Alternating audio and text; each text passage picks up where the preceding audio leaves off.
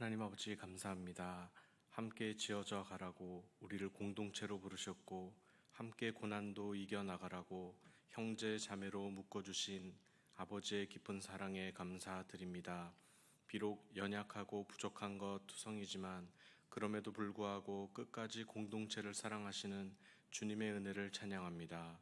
오늘도 이 모습 그대로 우리를 용납하여 주시되 내일은 오늘보다 좀 더 나은 변화로, 오늘은 어제보다 좀 더 나은 삶으로 우리를 이끌어 주옵소서.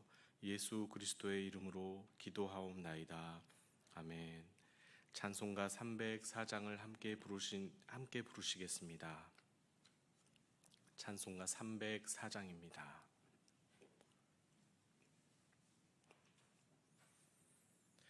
그 크신 하나님의 사랑 말로 다 형용 못하네. 저 높고 높은 별을 넘어 이 낮고 낮은 땅 위에 죄범한 영혼 구하려 그 아들 보내사 화목제물 삼으시고 죄 용서하셨네. 하나님 크신 사랑은 측량 다 못하네. 영원히 변치 않는 사랑 성도여 찬양하세. 괴로운 시절 지나가고 땅 위에서 영화 쇠할 때 주 믿지 않던 영혼들은 큰 소리 외쳐 울어도 주 믿는 성도들에게 큰 사랑 베푸사 우리의 죄 사했으니 그 은혜 잊을까. 하나님 크신 사랑은 측량 다 못하네. 영원히 변치 않는 사랑 성도여 찬양하세. 하늘을 두루마리 삼고 바다를 먹물 삼아도 한없는 하나님의 사랑 다 기록할 수 없겠네. 하나님의 크신 사랑 그 어찌 닿았을까. 저 하늘 높이 쌓아도 채우지 못하리. 하나님 크신 사랑은 측량 다 못하네. 영원히 변치 않는 사랑 성도여 찬양하세.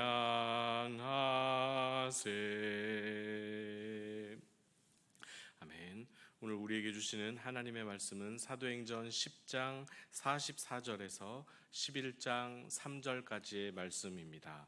사도행전 10장 44절에서 11장 3절까지의 말씀을 함께 교독하겠습니다.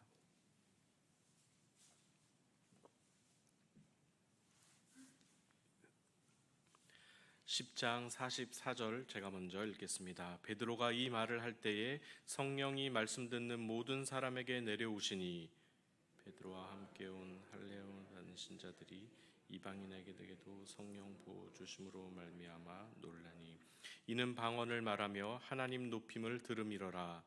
이에 베드로가 이르되 이 사람들이 우리와 같이 성령을 받았으니 누가 능히 물로 세례 베품을 금하리요 하고 명하여 예수 그리스도의 이름으로 세례를 베풀라 하니라. 그들이 베드로에게 며칠 더 머물기를 청하니라.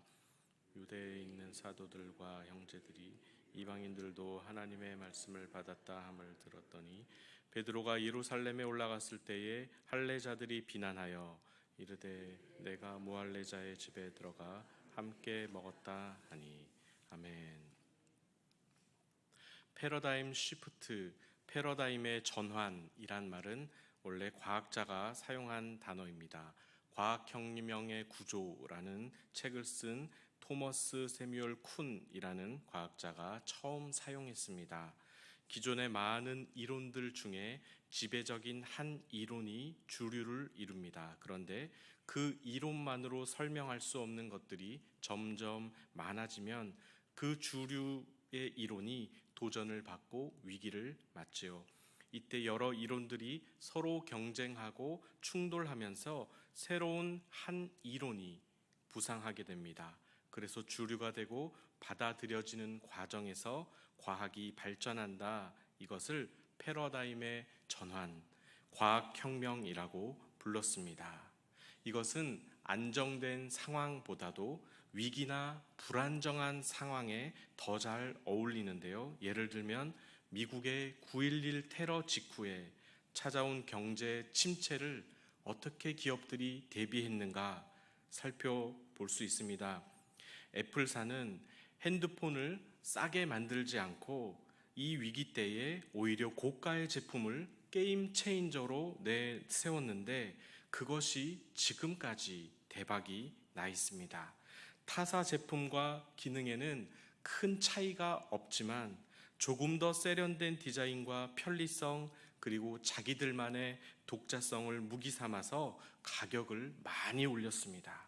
그런데 기성세대 같으면 비싸다고 사지 않을 것들을 젊은이들은 이 미국 핸드폰 하나 사겠다고 알바비를 다 쏟아붓고 부모님 돈 떼어가며 밤새도록 줄을 서 기다리며 구입하고 있습니다.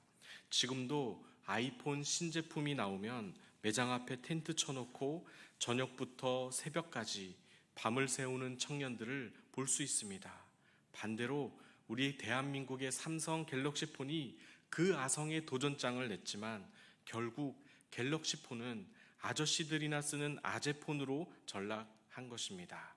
MZ세대 중에 아재폰을 쓰면 소외되고 왕따당하는 분위기라고 할 정도입니다.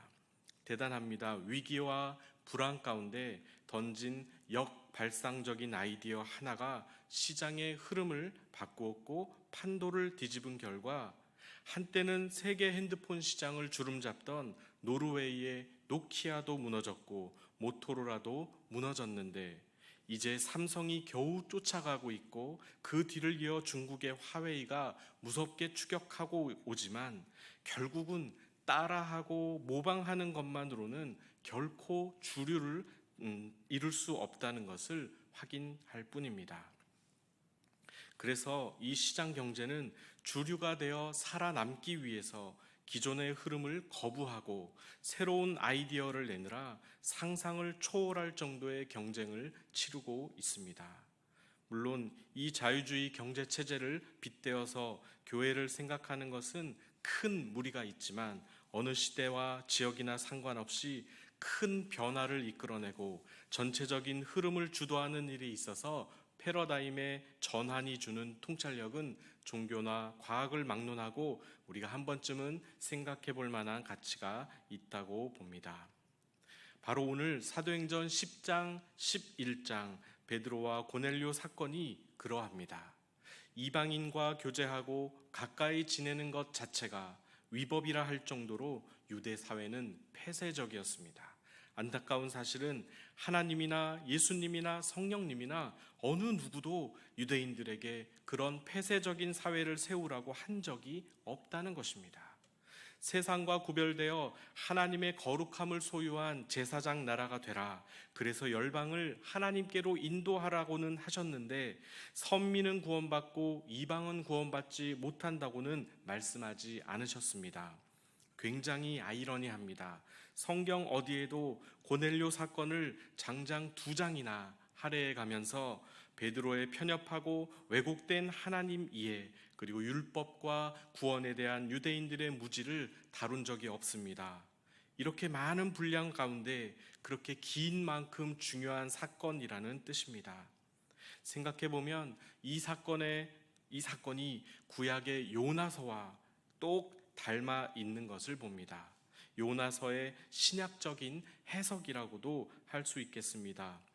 이스라엘의 원수 아수르를 가장 싫어하는 요나가 이스라엘 백성이 요나서 1장에서는 하나님의 부르심과 낯을 피해 도망쳤고 2장에서는 큰 물고기 뱃속에서 회개하는 신용을 하다가 3장에서는 사흘 걸리는 니느웨를 단 하루만 대충 돌아다니며 회개를 외쳤는데 왕부터 가축까지 회개하는 놀라운 부흥이 일어났음에도 불구하고 4장에서 요나는 그 장면을 보고 오히려 하나님께 성을 내고 항변합니다. 이제 내 생명을 거두어 가소서. 사는 것보다 죽는 것이 내게 나음이니이다. 이때 하나님이 딱 한마디를 던지십니다. 네가 성 내는 것이 옳으냐?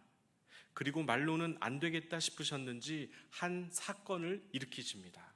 박넝쿨로 그늘을 만들어 요나를 기쁘게 했다가 다시 벌레를 예비해서 이튿날 새벽에 그 박넝쿨을 갉아 먹게 하셨고 해가 뜰 때 뜨거운 동풍을 불게 하고 해가 그 머리에 쪼이게 하셨습니다. 그러자 요나는 혼미하여서 또 한 번 죽기를 구합니다. 그러자 하나님이 기다렸다는 듯이 두 번째 질문을 던집니다. 네가 이 박넝쿨로 말미암아 썩내는 것이 어찌 옳으냐 이렇게 말씀하셨습니다.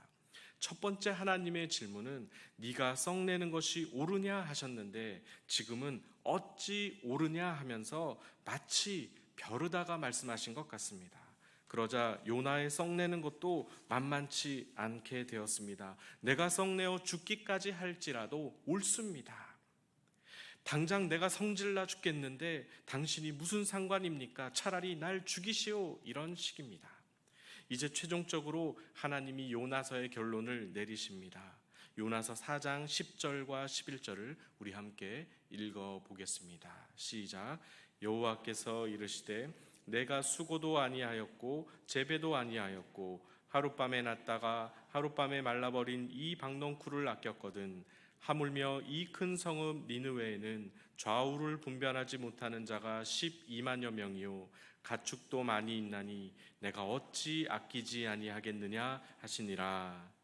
아멘. 좌우를 가리지 못하는 자가 12만 명이 넘고 수많은 가축도 있는 이 큰 성을 내가 불쌍히 여기는 것이 옳지 않겠느냐입니다. 이 말씀은 마치 환상 중에 베드로에게 말씀하신 것과 비슷합니다. 사도행전 10장 15절에 또 두 번째 소리가 있으되 하나님께서 깨끗하게 하신 것을 네가 속되다 하지 말라 하더라.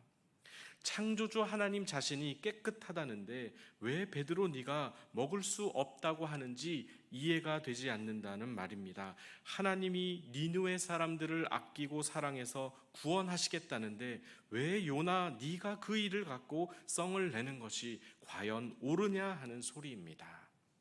성경에 나온 얘기라 뭐라 할 수도 없고 하나님과 논쟁하고 싸울 심산이거든 차라리 내가 포기하는 것이 100번 더 낫습니다. 결과가 그렇습니다. 절대로 하나님을 이길 수가 없습니다.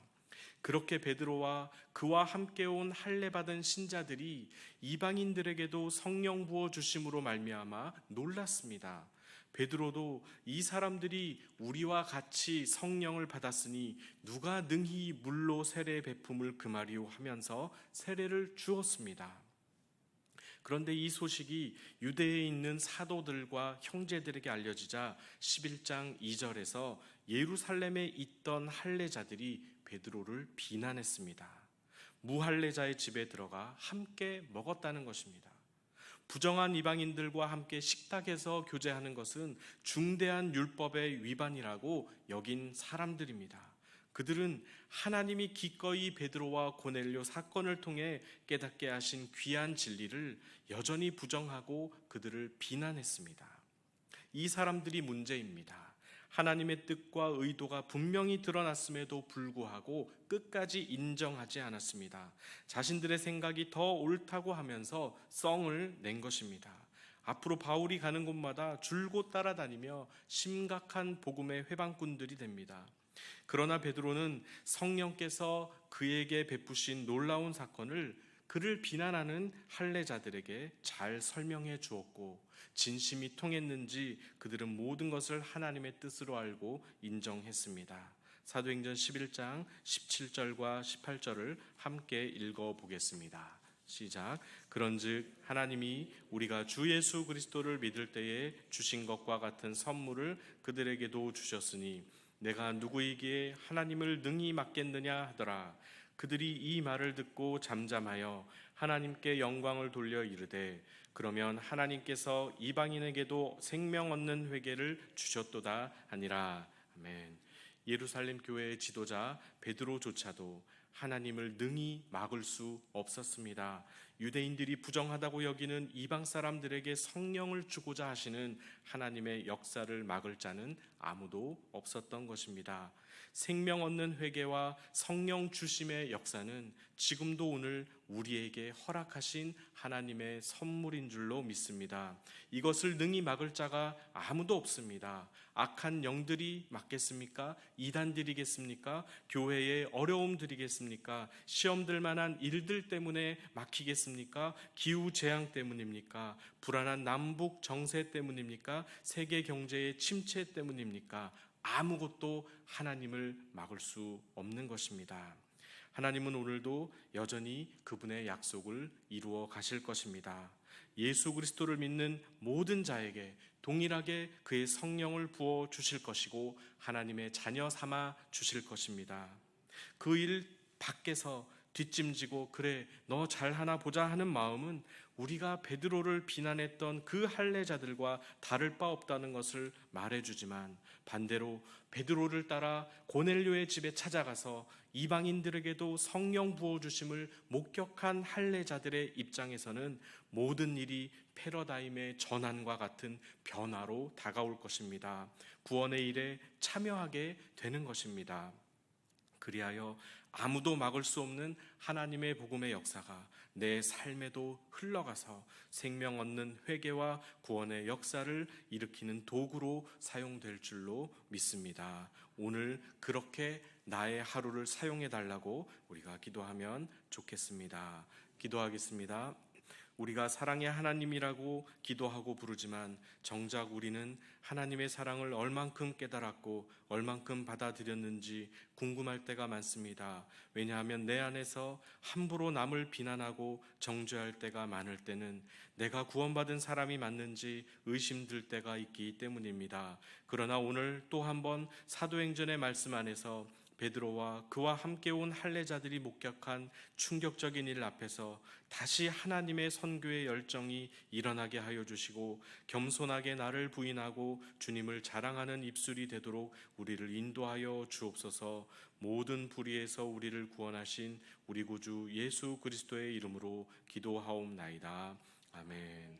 하늘에 계신 우리 아버지, 아버지의 이름을 거룩하게 하시며 아버지의 나라가 오게 하시며 아버지의 뜻이 하늘에서와 같이 땅에서도 이루어지게 하소서. 오늘 우리에게 일용할 양식을 주시고 우리가 우리에게 잘못한 사람을 용서하여 준 것 같이 우리 죄를 용서하여 주시고 우리를 시험에 빠지지 않게 하시고 악에서 구하소서. 나라와 권능과 영광이 영원히 아버지의 것입니다. 아멘. 함께 기도하시겠습니다.